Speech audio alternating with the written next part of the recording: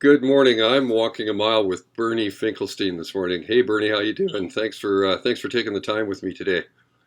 Oh, well, thanks for giving me the time. I appreciate it. So, Bernie, for those out there listening who may not have any awareness of you, which is hard to believe if you're listening to any kind of Canadian music, but I am talking to the guy who founded True North Records in 1969 and who retired from that role, I guess, as the CEO or executive director or whatever.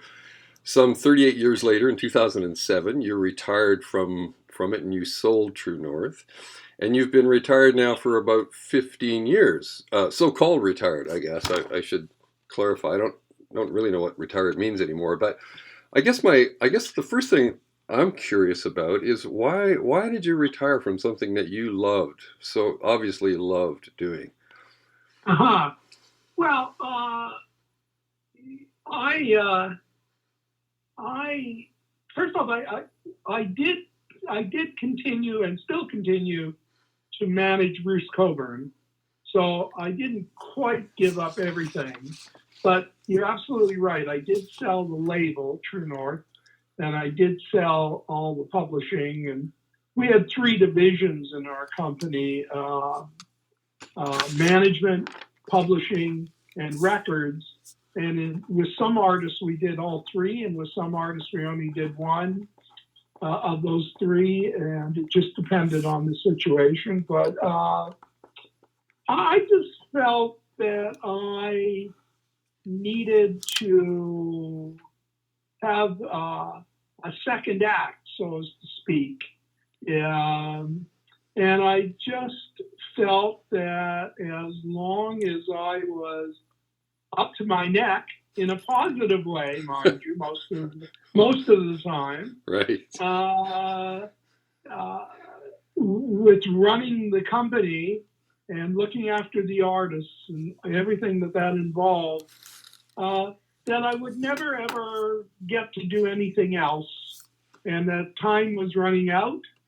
And I also felt that I'd had a really, really good run, and that maybe with everything changing so much, although none of the changes really scared me one way or the other, but I just, I had learned the business once from the ground up. I didn't know that I wanted to learn it the second time from the ground up. So So, presumably, so all of those reasons, and and I just thought that it was time, that whatever time I had left, I would like to try to be able to do other things. so So we'll that's talk. why. That's the main reason. Okay, so we will talk about one of those other things, most particularly a little bit later, maybe. But I want to come back to Bruce Cockburn.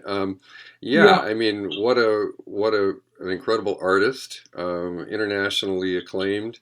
I want to know what it was. Again, I'm gonna test your memory a little bit here, but I wonder if you can articulate what it was that you saw in Bruce Cockburn in those very early years. He was the first. Yeah. He was the first one you signed, correct? Well, okay. So he was the first artist I signed to True North Records, but I'd already been in, and I use it in quotations, the music business, because there wasn't much of a music business in Canada, and particularly in Toronto. There was some, of course. Don't want to ignore it.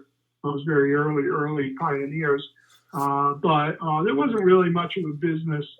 But from about 1965 to 69, I managed two bands and actually did pretty well for their time. Their legacy is still around for those that follow these things. One's called the Poppers, Yes. who the leader of the Poppers later became the leader of Lighthouse, Skip Prokop, and the other band being Kensington Market. And it was actually the lead guitar player in Kensington Market who introduced me to Bruce. It was Gene Martinek. So, but Bruce was indeed the first act signed to the actual record label. So you're quite accurate. And I got invited down to see Bruce at a place at Ryerson University in Toronto called the Pornographic Onion, believe it or not. And it was in 1969. And I went in to see him, and I thought, wow, he's really great. Although I would be a liar to say that I immediately saw the next 60 years, which is almost as long as we've been going now together. Wow. But I did see something. I heard a couple of songs that I said to myself, boy, you know, if we can record these, we might get a break here, and he might be a great first artist. And then, actually, when I finally got to talk to Bruce, which was about a day after seeing him, he told me that he would be interested in signing a contract, but only if he could do the album solo. Yeah. And that really appealed to me because I didn't have a lot of money. Although, you know, in my mind, I was thinking, well, you know, I'll have to go get more money, and we're going to have to, you know, get a band and do the whole deal.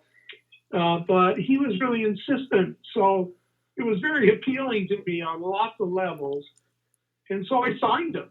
Yeah. And Gene Martinick became his producer. Gene produced the next 10 albums, including Wondering Where the Lions Are, which was on Bruce's 10th album. Yeah.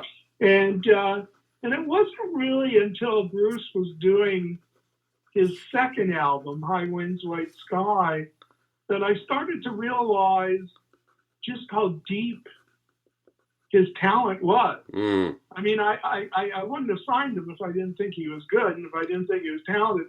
But I had no idea, really, to be honest, that he was quite as deep as he was, and that he was such a great musician as well. Yeah. It wasn't even that apparent to me, although when I go back and listen to the first album, it's obvious how good a guitarist he is, but that wasn't really something that I was really that alert to be truthful. So that's the story. Yeah. So, you know, there's, you know, as you pointed out, not many managers and artists stay together for 60 years. So you became aware of the depth of his artistry some 10 years in. And yeah, then, I guess it's more like 52 or 53 years now. Yeah. So a long time. Yeah. A long time. And, I guess I'm exaggerating, and, which is my want. And all of that without any kind of documentation, right? Like you have no signing. Oh, yes, that's correct. Although we eventually did sign a record deal, we never signed a management contract, and we still don't have one. Right. And well, I guess we never will have one. And, I'd say that's a tribute to both of you. I have to eventually sign them to a record deal, because when you're taking records that you own and licensing them to other labels around the world, they insist that you have a contract. Right. Otherwise, you know, they're buying, sunlight or something. Yeah, you know? I know. Understood. So, understood. I think really, you know, that's got to be a tribute to both of you, right? Like, what's that expression? You know, a piece of paper never bound an honest man. Yeah, well, you know, I always used to joke with Bruce. I used to say it's a good thing we never had a contract, because if we had a contract, it would have been for 5 years, and at the end of 5 years, you probably would have left. But because we don't have a contract, we don't know how to go. Can't break it. so yeah, we get along really well professionally, and we do socially as well. But we don't hang out a lot, you know. Over understood. Years. Yeah, we're very different people, and I've heard you. Yeah, it's a long time. I've heard you. It's a long time to work with. You know, I don't know if one of us is making a mistake or not, but I'm happy. Well, I've heard you say that neither of you don't have anything in common, but that's obviously not really true. But in a certain context, you know, it's not like you were attracted to each other because you just liked each other. That wasn't really it. It was like kind of like it was professional right from the start. No, it was very professional right from the beginning. It was like Bruce was trying to find a place where he could make a record. Yeah. And I was trying to find an artist for my new record company. And we hit it off right away. So also now, so just go back a little bit. The Poppers. I think it was through the Poppers that you managed to connect with some other fairly big names in the music business. The Poppers got a lot of people's attention. I'm thinking of Albert Grossman. Yes, well, Albert Grossman. I had the Poppers open for the Jefferson Airplane in 1966, I think. At the Cafe A Go-Go in New York. It was the Jefferson Airplane's first appearance on the East Coast, and it was right at the beginning of Flower Power, the San Francisco movement, and we were there for 4 nights with the airplane. And the Poppers put on a spectacular show the first night. And of course, the first night in New York for the Jefferson Airplane, everybody in New York who was anybody was there. I remember Johnny Winter being there, Paul Simon being there, Brian Epstein was there, the Beatles manager, Albert Grossman, who at the time was Bob Dylan's manager, was there. It was just crowded with celebs and important people, and the Poppers knocked everybody out, and we got these incredible reviews in the New York Times and Esquire magazine, and, all over the place. And Albert Grossman approached me. I mean, there's a long story, a short story. The long story is way too long, but it's in my book for those that want to read the longer story. But shamefully plugging my book. But Albert made me an offer to be partner, and my favorite act in the world at that time, and still might be, was Bob Dylan, and I just thought this was a great opportunity for my band, a great opportunity for me, and I accepted this deal and became partners with Albert. On the Poppers, not on Bob Dylan. Right. But I learned a lot, and it was a tremendous period of my life, really. And I lived in New York for about 6 months, and it didn't quite work out the way I wanted it to work out, and I moved back to Toronto and back to Yorkville and put together the Kensington Market, who also worked with some pretty heavyweights. Kensington Market's 2 albums were produced by Felix Pappalardi, who now unfortunately has passed away, but Felix was at the time the producer for Cream. Right. All of those famous Cream cuts, Sunshine of Your Love and Badge and I Feel Free and all of that. And so that was pretty good as well, but again, didn't quite work out. The Market were signed to Warner Brothers in LA, and we toured all of the American ballrooms, which there was that whole circuit, the Grande in Detroit, the Fillmore West in San Francisco, the Whiskey Go-Go in LA, and all the rest, and things are pretty good, but the records didn't quite happen. And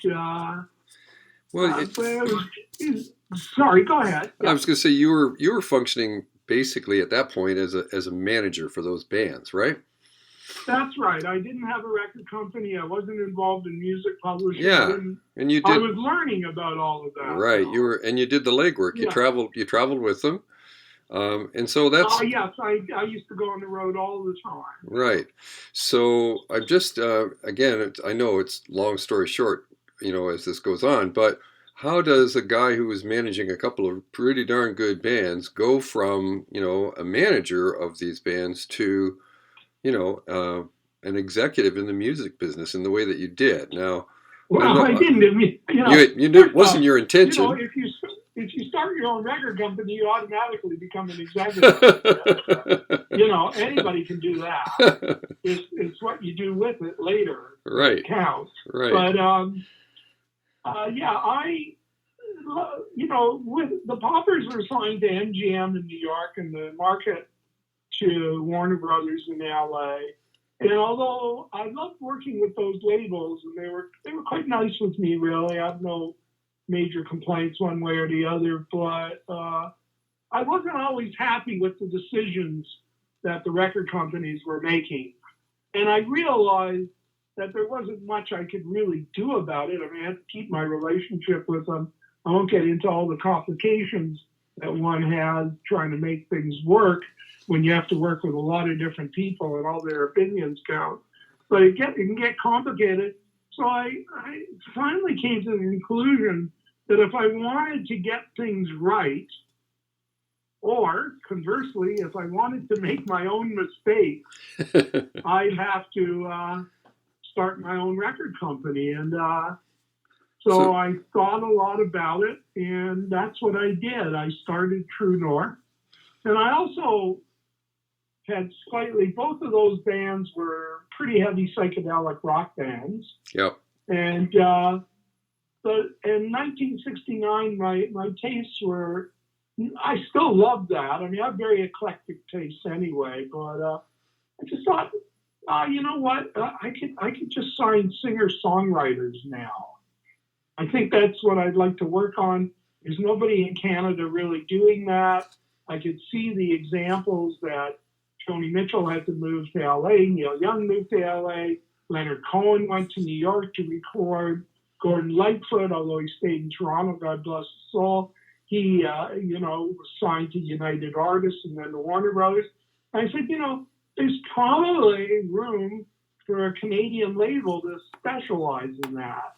So that's what I set out to do, was to specialize in that, although it only took me a few years before I was doing more rock again. So yeah. But it was a good decision, because the first act I signed was Bruce, who started to do well almost immediately. Yep. Although, it was by inches, not by miles.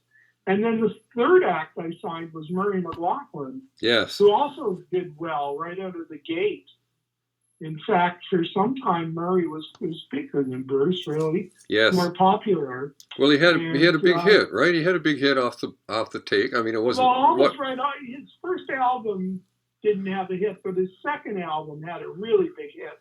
It was Farmer's Song. Right. And it's kind of a Canadian classic. It is. Now. It is. And that was a really huge record. It crossed over. It actually started in country, but it crossed over to all radio, pop, adult, contemporary, country, all the different formats they used to have. And it was quite a large hit.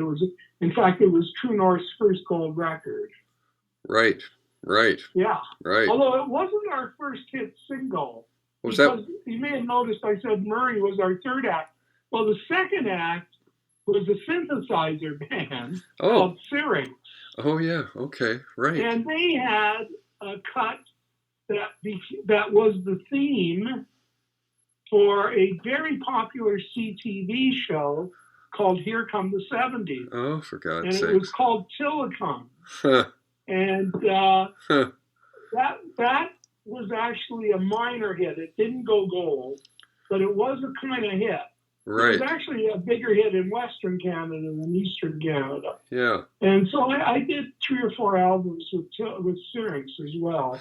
So, but those were our first 3 acts. So, and Dan Hill is in there somewhere. Well, yeah, you got to jump around a bit here. So I mean, I guess I'm just thinking of hits, I thought we that is by 1977, I had a partner, Bernie Fiedler, who owned the Riverboat, which was the most popular folk and blues club in Canada, and on the major circuit in North America for all of the acts that played that circuit. everybody from James Taylor to Jackson Brown, Yeah. all kinds of people. But anyway, we signed Dan Hill to management, Yes. and on his third album that we did, so Dan was not right on True North, but he was with the True North Management Group, and he had the biggest hit that I was ever involved in, really, which was Sometimes Losing Touch. Right. And that was a huge single. It actually went to #1 on Record World and #2 on Billboard. And Yep. it was a hit everywhere in the world. Yeah, it was. It was. Yeah. So I want to. I remember when people still bought 45. Yes. But some days it would sell 35,000 copies alone on a day in America. Wow, that's wild. Well, you got to figure out how many days you have to do that to get it was a gold get a million seller. And then it went platinum. So it sold a lot of records. And Dan was a lot of fun to work with. Yeah. And then right after Dan Hill, we signed Rough Trade. Right. Through our label. And Rough Trade were very successful as well. They had 2 pretty big hits, but they had 4 or 5 gold albums and 1 double platinum album. But their 2 hits were High School Confidential. Yes. And on the second album, All Touch.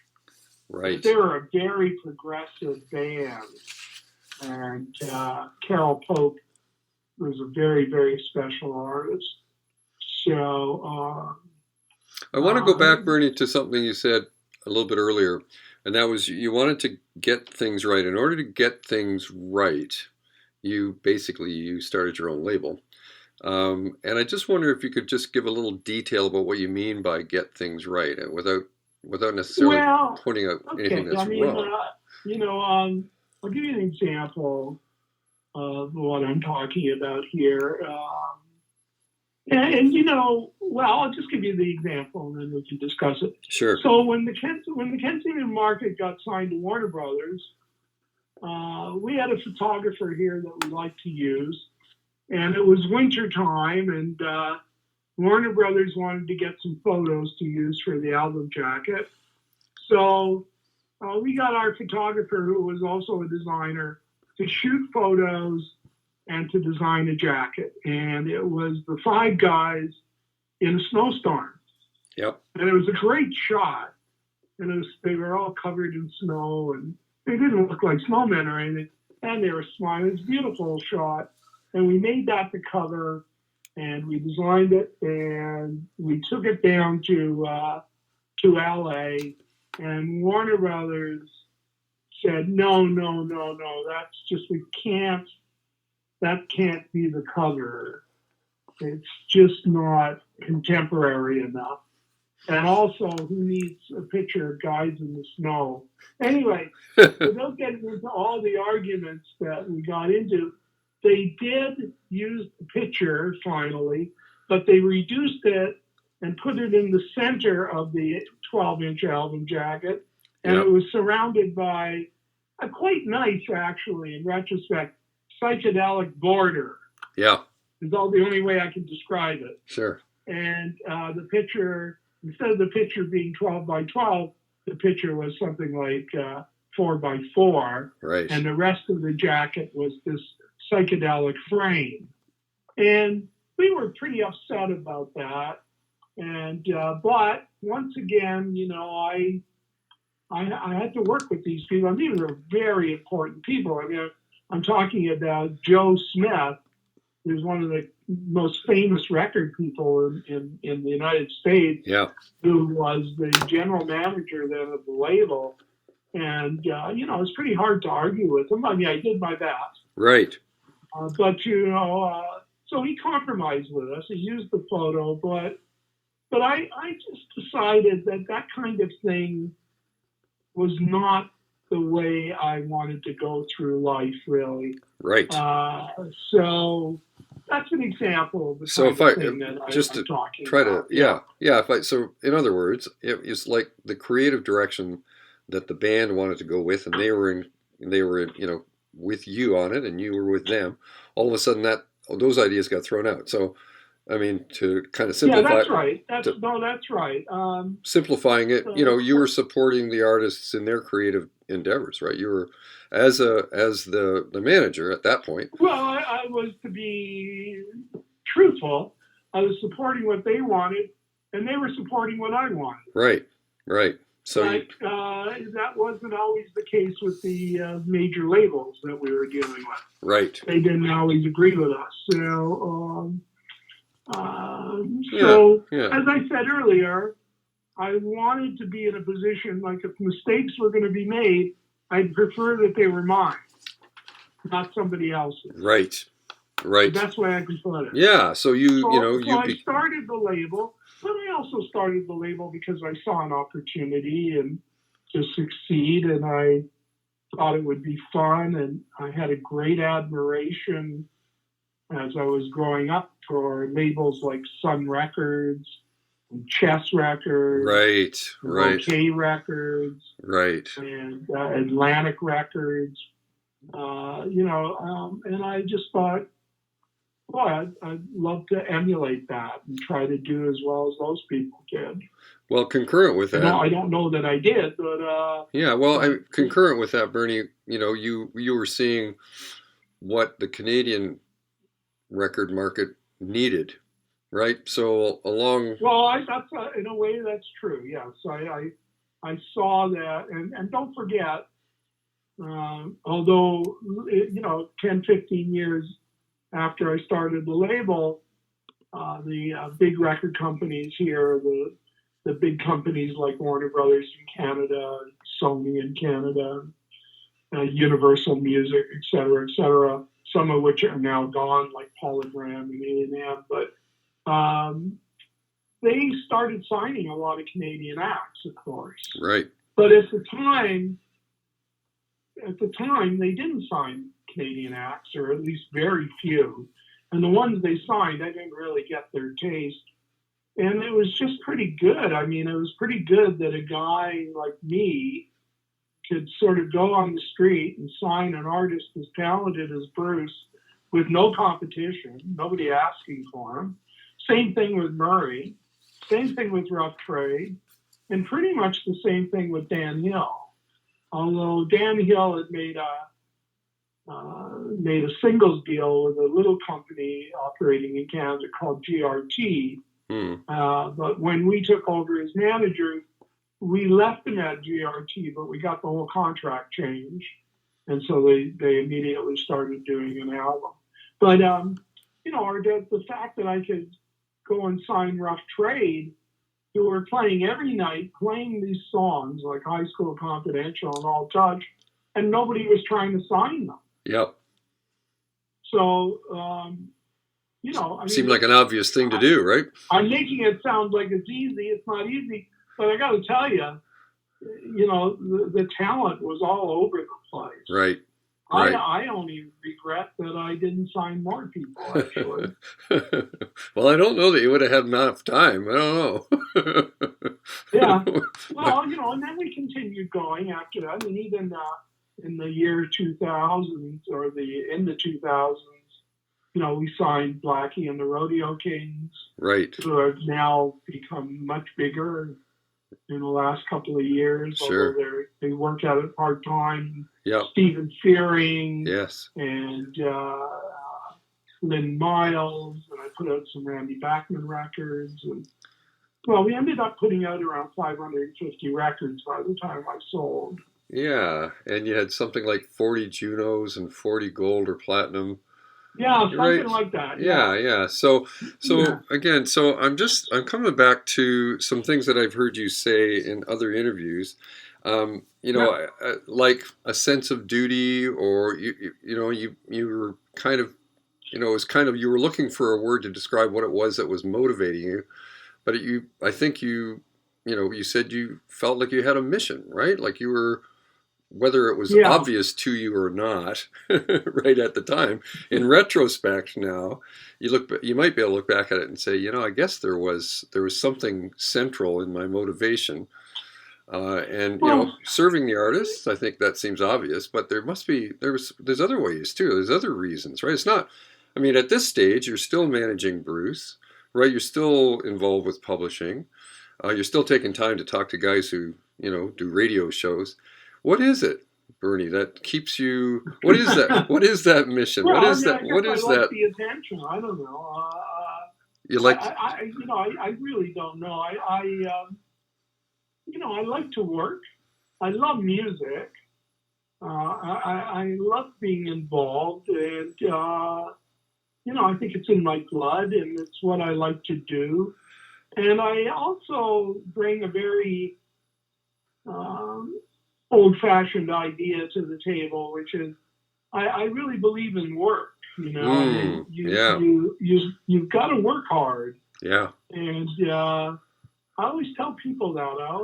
They want to know, how do you do it? And I say, well, you got to work hard. Right. Is how you do it. Right. But I don't know. I mean, I'm one of those lucky people that left home at a very young age. I was like 17, and I didn't finish high school at all. I only got to grade 10, and I fell into the kind of new life that was in Yorkville when it was like Canada's Haight-Ashbury, if you like, and Yes. And then I fell into managing the Poppers, and it turned out I was really pretty good at it. Yeah. And I think that I'm lucky because I found the one thing I was good at by accident. It's not like I designed it. It's not like I said, oh, I can be a good doctor, and then I went to school and figured out how to do it. Right. I just sort of tripped into it. Yeah. And but once I tripped into it, I took it seriously. I worked hard.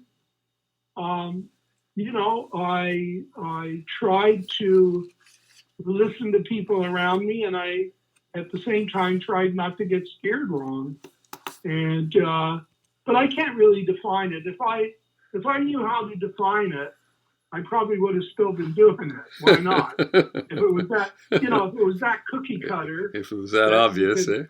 Yeah, why wouldn't you? But well, okay. So maybe this is a good time to ask about your current project, which is not involved with music, although there is going to be a soundtrack, I suppose. But you're working on a film. You're working on something called Atomic Reaction, and I see, and I can certainly, see where the hard work that's required to make a project like this come to life is at work here.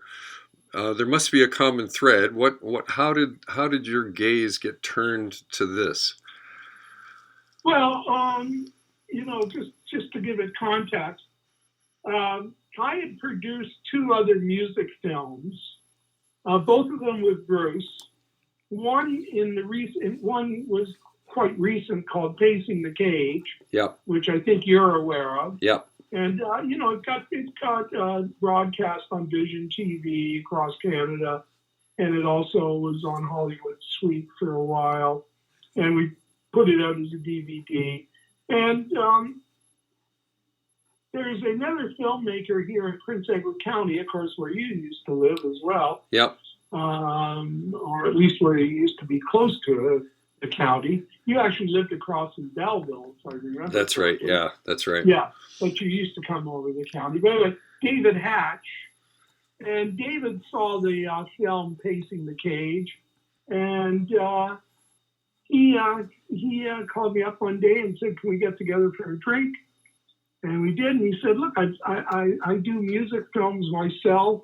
I love your film. Can we do a music film together?" And I said, "Well, maybe we can, but that's just not something I necessarily want to do.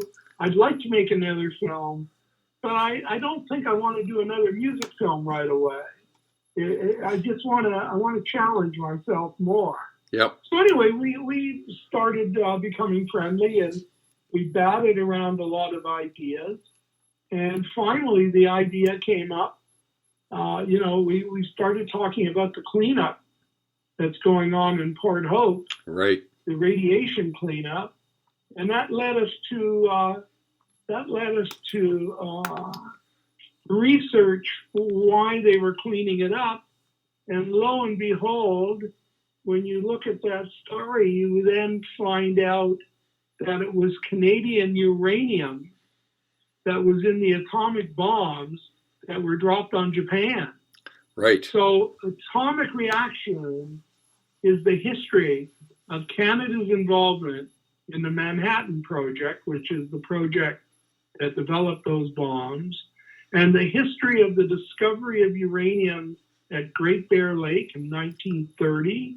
Yep. And its 6,000 kilometer journey to a processing plant that was built especially for this in Port Hope. Right. And its modern day consequences, both in Port Hope and up in Great Bear Lake, and I guess everywhere to some degree. Yes. And that's what our film is about. It's a feature-length documentary. That is, it'll be close to 90 minutes, and it's going to be shown on CBC Documentary Channel, but I can't tell you a date yet because we don't have a date. But I think it would be shown at the earliest by the end of 2023 or possibly early 24.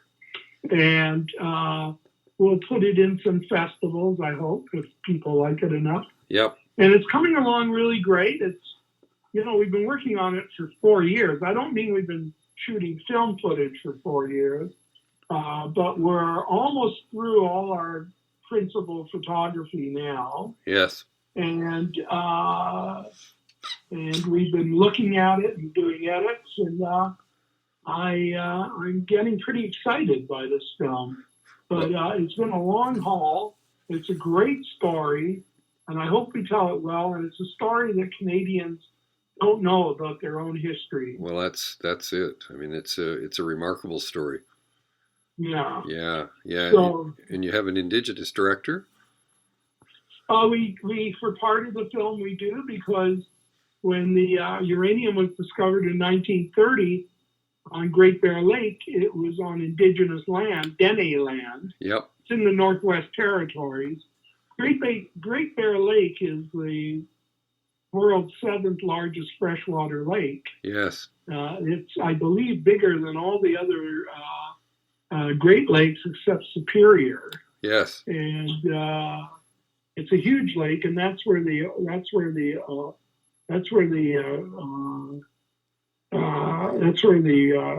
ore was found. Right. The uranium ore was found, and so we're going to tell that story. It's been an exciting project, but it's a lot of work. Yeah. To repeat that word. Yeah. And so it's interesting. So I guess I get, I worked in journalism, as you know, so the story like this is extremely exciting. And I guess I'm just trying to connect a few dots. Rough Trade, the music of Rough Trade kind of broke some barriers for, lots of listeners about gay culture. And Bruce Cockburn has written about, environmental issues and things related, and certainly politics and certainly religion and spirituality, etc.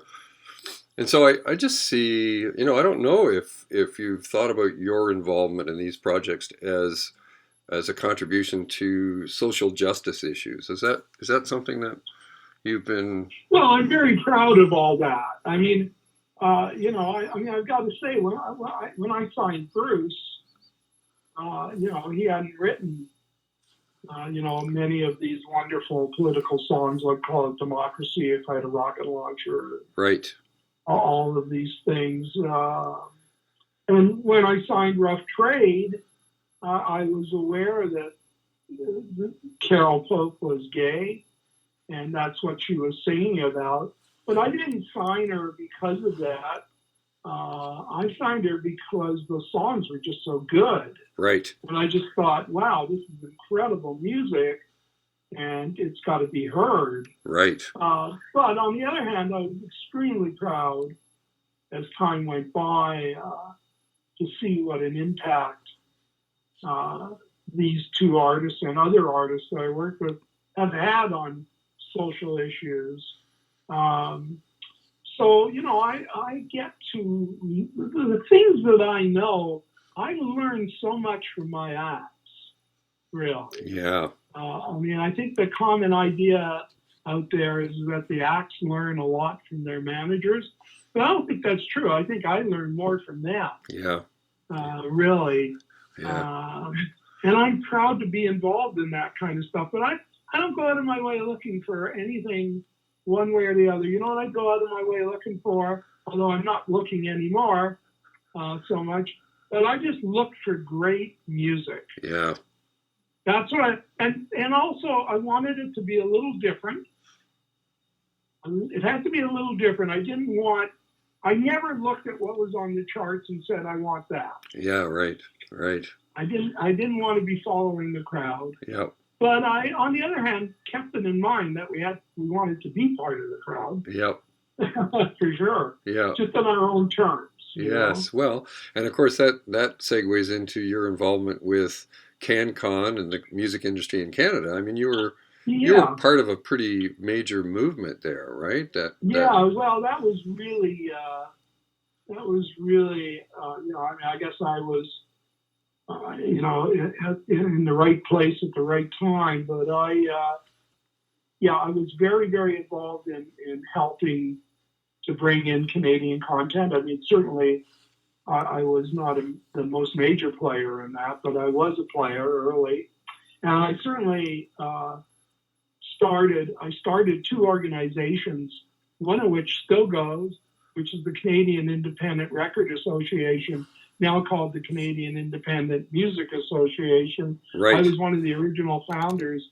That's called SERPA or SEMA now. Yeah. And I started Video Fact, which funded over $60 million worth of videos. Anyway, I'm not trying to slap myself on the back, but I was very involved in industry affairs, if you want to put it that way. And it was just my way. First of all, I thought it was necessary. It was absolutely necessary that Canada spent more time saluting itself and saluting its own artists. Right. And the only way that was going to happen was to get political to some degree, and to make things happen, through legislation and through funding and various other things.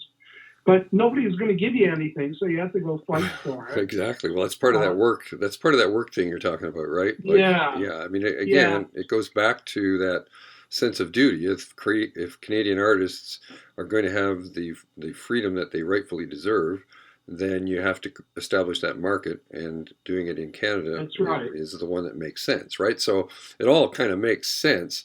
But I mean, there's no coincidence, I guess, Bernie, that you're a part of those things, right? I hear what you're saying. It's kind of like it's like you followed a path, right? And it was a path that kind of presented itself. I couldn't resist it. Yeah. Right.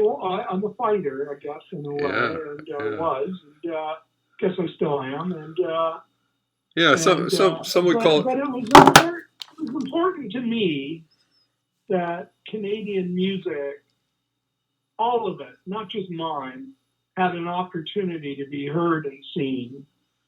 So that's what I worked on. Yeah. Well, I, for one, am grateful. Bernie, we're at 2:50. It's about, 3:50 your time. We got about 10 minutes left before you need to go. You should go.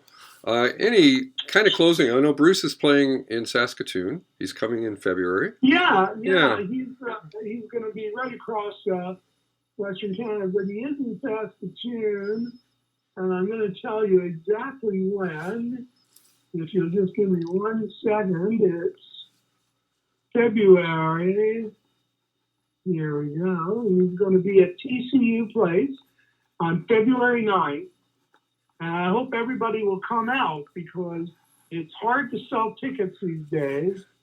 And so if you're in Saskatoon and you're listening, go out there and buy the tickets. Yeah, it's the highest honor you can pay to an artist, right? I mean, really. Is to go see them. That's Go right. see them. And, yeah. And I think it's a really reasonable ticket price. And who knows when Bruce will be able to get back? I know. He's not getting any younger. No, TCU is a great venue. Yeah. And that's part of a broader tour that starts on January 27th and goes through to February 19th. Yeah. And we'll be coming into Saskatoon from Edmonton, actually. Yeah. Where we'll be playing the night before, and then we'll be playing the night after in Winnipeg. Yeah. That is if Old Man Winter cooperates. Yeah. So there's also a new album you mentioned. There's a new album in the offing? Well, there's actually an album out right now. It's not really it's only available as a digital package. Yep. It's doing extremely well. It's only been out for a few days. It's called Rarities. Yes. And it's just a collection of tracks that otherwise you just could have never gotten before. Yeah. Or you would have had to hunt them down, almost impossible to find. And but he's also just finishing a new, this is Bruce, of course, finishing a new studio album that we do have a release date of May 12th. Oh. And it's all brand new songs. And because his last album that he put out, other than the greatest hits, was an instrumental album. Right. So this is an album of all new songs. I've heard it. It's not quite completed yet, but everything is recorded, but they're still mixing it. Yeah. And it's a really wonderful record. I'm really, really pleased. I can't wait till it comes out. But Rarities is a lot of fun, but digital only. So, those people that are on a streaming service, be it Apple, Spotify, Amazon, whatever, will be able to find it there. Yeah. And it's really good listening, and it's doing quite well. Yeah, I've seen it and listened to some of them. It's great. Is Colin Linden producing the new album? Yes, Colin Linden. It's being done in Nashville. We've had some guests come in already. Sean Colvin came in and sang on a song. Nice. Sarah Giroux came in and sang on a song and played mandolin on a song. Nice. Allison Russell came in and sang on a song. No, really? Oh my gosh, she is so great. Yeah. Yeah. Buddy Miller. Oh, Buddy Miller, but Allison Russell, that's amazing. Yeah, wow. So it's going to be an interesting record for sure. But come out and see us in Saskatoon. Please do. Well, Bernie, thanks for taking the time on this. I'm going to stop. Recording now. Okay. Unless you have something more you'd like to say to Saskatoon. No, this was really great. I think you've heard enough from me now. Thanks, Bernie. Tape stop.